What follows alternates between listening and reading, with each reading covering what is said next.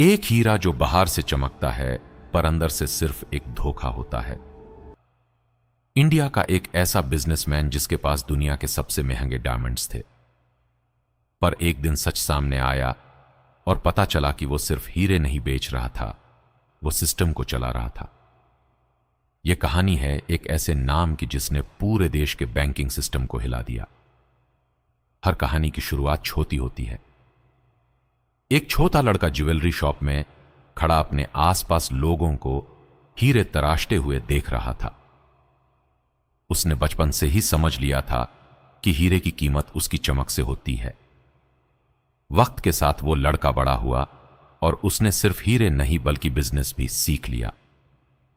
रातों को जाग कर काम करना, डिजाइन बनाना और नए आइडिया सोचना उसकी आदत बन गई। धीरे धीरे एक छोटी दुकान एक लग्जरी शोरूम में बदल गई।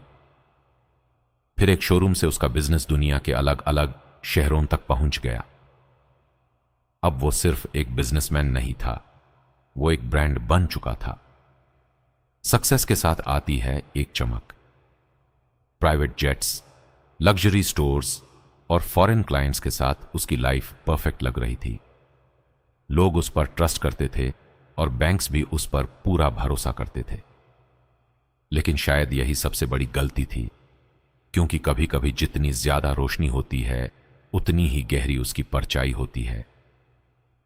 हर सिस्टम में एक वीकनेस होती है और उसने उस वीकनेस को ढूंढ लिया। बैंक के कुछ लोगों के साथ मिलकर उसने एक ऐसा सिस्टम यूज किया जिसमें लोन लिया जा सकता था पर ऑफिशियली रिकॉर्ड नहीं होता था।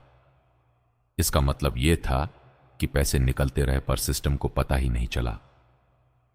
एक बार नहीं बल्कि बार बार यह प्रोसेस रिपीट होता रहा। करोड़ से शुरू हुआ यह अमाउंट धीरे धीरे हजारों करोड़ तक पहुंच गया। पैसे देश के बाहर जाने लगे और स्कैम बढ़ता गया। सब कुछ इतना स्मूथली चल रहा था कि किसी को शक भी नहीं हुआ। लेकिन सच कभी छुप नहीं सकता। एक दिन बैंक के अंदर ऑडिट हुआ और एक छोटी सी गलती एक बड़े सच में बदल गई। कंप्यूटर स्क्रीन पर एक अलर्ट आया और सब कुछ रुक गया। ऑफिशियल शॉक में थे और समझ नहीं पा रहे थे कि यह कैसे हो सकता है। थोड़ी ही देर में न्यूज चैनल्स ने इस खबर को पूरे देश तक पहुंचा दिया। हेडलाइंस में था इंडिया का सबसे बड़ा बैंकिंग स्कैम। पूरा देश इस खबर को देख रहा था। लेकिन कहानी यहीं खत्म नहीं होती। जब लोगों को सच पता चला तब तक वो देश छोड़कर जा चुका था। चुपके से बिना किसी शोर के वो एयरपोर्ट से निकल गया और एक नए देश में पहुंच गया। पीछे रह गया एक खाली ऑफिस और हजारों करोड़ रुपए का सवाल। अथॉरिटीज ने उसे ढूंढना शुरू किया, लेकिन अब वो सिर्फ एक बिजनेसमैन नहीं था, वो एक भगोड़ा बांध चुका था। एक स्कैम सिर्फ पैसा नहीं लेता, वो लोगों का ट्रस्ट तोड़ देता है। बैंक्स पर लोगों का भरोसा हिल गया और कस्टमर्स डरने लगे। गवर्नमेंट ने नए रूल्स बनाए और सिस्टम को स्ट्रांग करने की कोशिश की।